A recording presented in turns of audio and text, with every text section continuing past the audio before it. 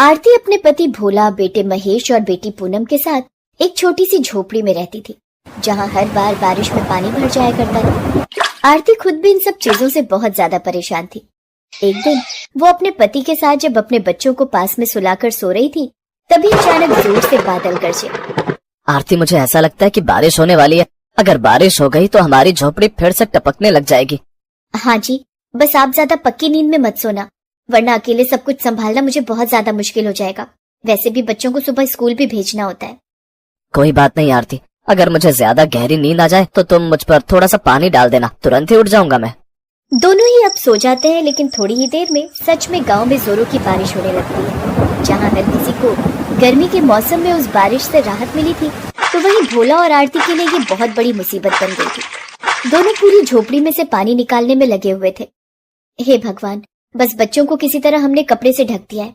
उनकी नींद नहीं टूटनी चाहिए, क्योंकि मैं नहीं चाहती कि उनकी पढ़ाई के साथ कोई भी समझौता हो। तुम फिक्र मत करो आरती, जिसके मन इतने अच्छे होते हैं उसको कुछ नहीं होता। हमारे बच्चे गहरी नींद सो रहे हैं। पूरी रात भोला और आरती ऐसे ही पानी निकालते रहते हैं और थोड़ी ही देर में बारिश रुक जाती है। दोनों की आंख लग जाती है। भोला सुबह उठता है तो बहुत ज्यादा देर हो चुकी थी। आरती जल्दी से बच्चों को तैयार करके स्कूल भेज देती है। वहीं भोला ने काम पर जाते हुए कहा, मुझे बहुत ज्यादा डर लग रहा है आरती। आज तो मैं फिर से देरी से काम पर जा रहा हूँ। जमींदार जी मुझ पर बेकार में गुस्सा करेंगे, कुछ समझ में नहीं आ रहा। आप इतनी चिंता क्यों करते हैं जी? ये बारिश सिर्फ हमारे घर थोड़ी हुई है, पूरे गांव में हुई है। हो सकता है कि जमींदार जी भी आज खेतों पर देरी से आए। आप बिना कुछ सोचे समझे जाइए। ऐसा ही होता है। आरती की बात सुनकर भोला जमींदार के यहाँ काम करने चला जाता है, लेकिन जमींदार तो पहले से तैयारी में बैठा था कि वो कोई भी बहाना मिलने पर भोला को काम से निकाल दे, ताकि उसे तनख्वाह भी ना देनी पड़े। और यही होता है। आ गया भोला तू? अगर इतनी देरी से आना होता है तो काम पर आने की जरूरत ही क्या है? मालिक, सब जगह बहुत जोरों से बारिश हो रही थी और वैसे भी रात भर झोपड़ी से पानी निकलता रहा, क्योंकि झोपड़ी टूट चुकी है। देख भोले, तेरे रोज रोज के बहाने नहीं चलेंगे, इसीलिए मैंने किसी और को काम पर रख लिया। आज से तुझे काम पर आने की कोई जरूरत नहीं है। भोला जमींदार के आगे खूब हाथ जोड़ता है, लेकिन जमींदार को उस पर बिल्कुल भी तरस नहीं आता और वो उसे काम से निकाल देता है। वहीं जब भोला घर आकर ये सारी बात आरती को बताता है, तो आरती कहती है, आप इतने उदास क्यों होते हैं जी? इसमें आपकी कोई गलती थोड़ी है।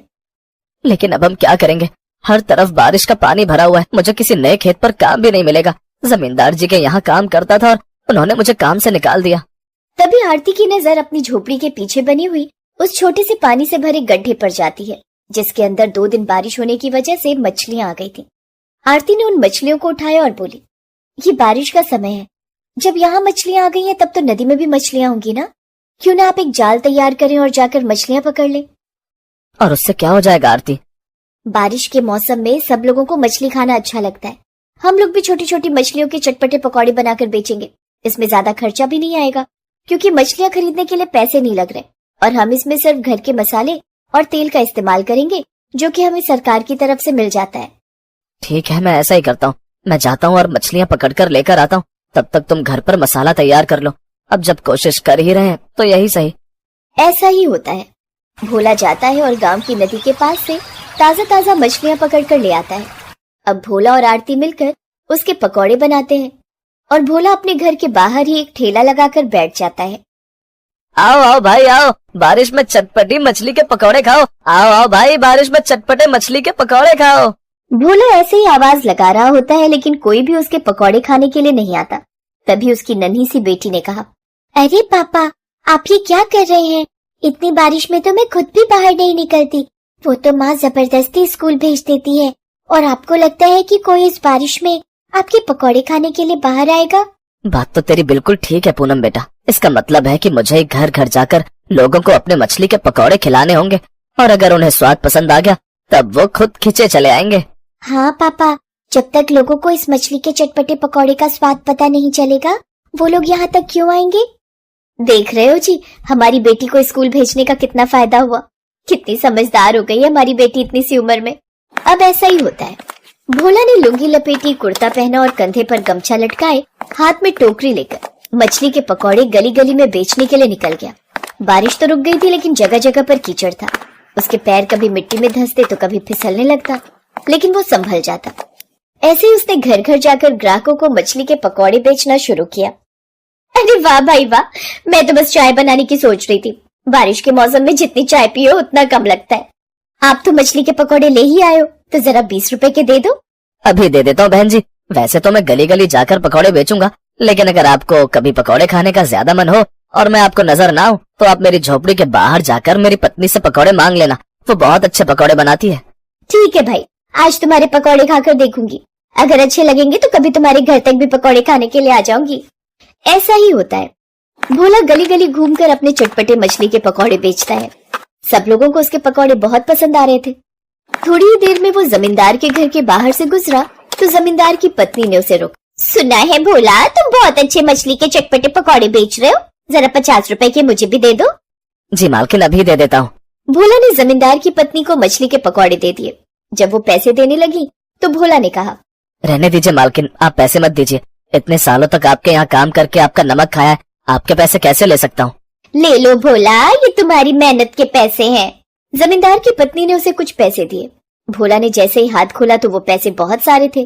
तभी जमींदार की पत्नी ने कहा, जानती हूँ कि मेरे पति ने तुम्हें पैसे ना देना पड़े इसलिए काम से निकाल दिया, और इसीलिए तुम्हें गली गली में भटक कर पकौड़े बेचने पड़ रहे हैं। मैं जानती हूँ कि हर किसी का काम एक दिन घूम फिर कर उसके सामने आता है, इसीलिए मैं तुम्हें तुम्हारी मेहनत के पैसे दे रही हूँ। इसे रख लो बड़ी बहन समझकर, और मना मत करना। कहते हैं मालकिन, हर घर में एक रावण और हर घर में एक अच्छा इंसान होता है। आपके घर में भी ऐसा ही है। भगवान आपका भला करे। मुझे मालिक से कोई नाराजगी नहीं है। भोला सारे पकौड़े बेचकर घर आ गया। उसने सब कुछ अपनी पत्नी को बताया तो उसकी पत्नी आरती ने कहा, मालकिन सच में बहुत अच्छी हैं। हो सकता है कि जमींदार का मन भी किसी दिन बदल जाए और सब कुछ ठीक हो जाए। जहाँ पर भोला और आरती ऐसे ही बारिश के दिनों में अपनी मछली के पकौड़े बेचकर खुश हो रहे थे, वहीं दूसरी तरफ जमींदार ने भोला की जगह जिस आदमी को काम पर रखा वो आधी खेती लेकर रातों रात गांव से भाग गया। जमींदार रोते हुए अपनी पत्नी से बोला, हे राम, मुझसे बहुत बड़ी गलती हो गई। 2-4 रुपए बचाने के चक्कर में हजारों का नुकसान कर बैठा मैं।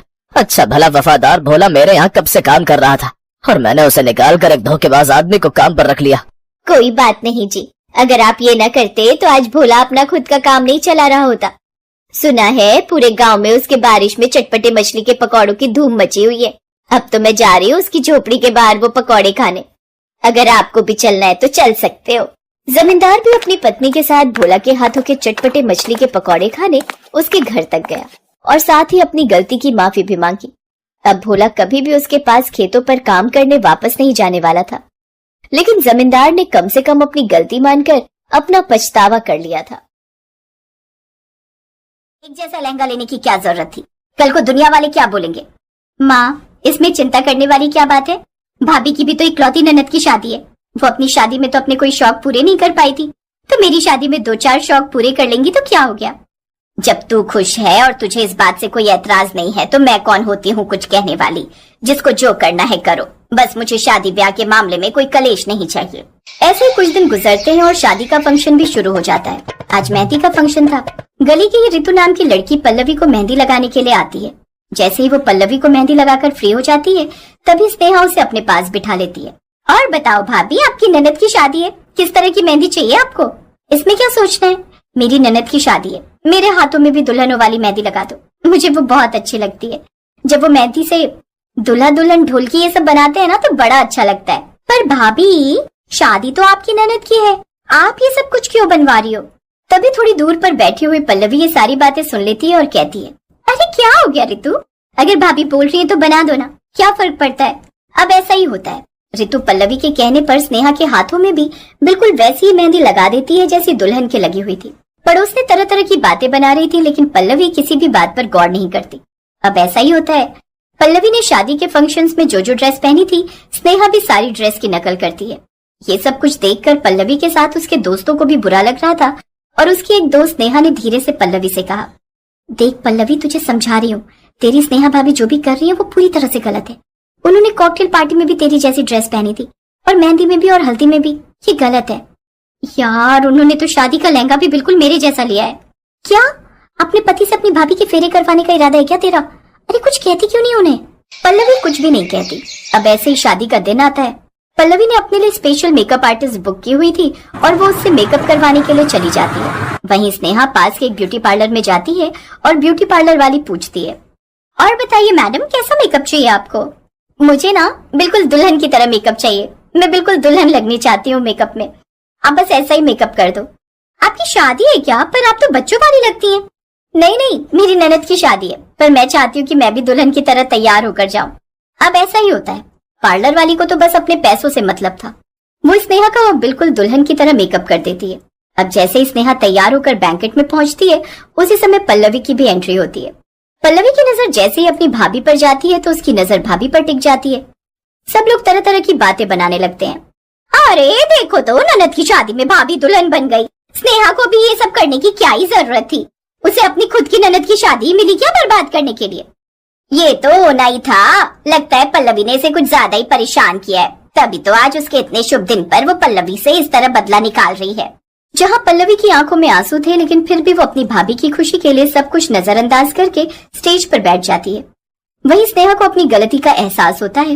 वो बैंकेट के बाथरूम में जाती है और कहती है, मेरे पति से कोर्ट मैरिज हुई थी और मैं अपने कोई शौक पूरे नहीं कर पाई थी। सोचा था कि ननद की शादी में थोड़े शौक पूरे कर लूंगी। मैंने कभी सोचा ही नहीं कि शायद मेरी इन सब हरकतों से ननद को बुरा लग रहा होगा और आज रिश्तेदार तरह तरह की बातें बना रहे थे। मुझसे बहुत बड़ी गलती हो गई।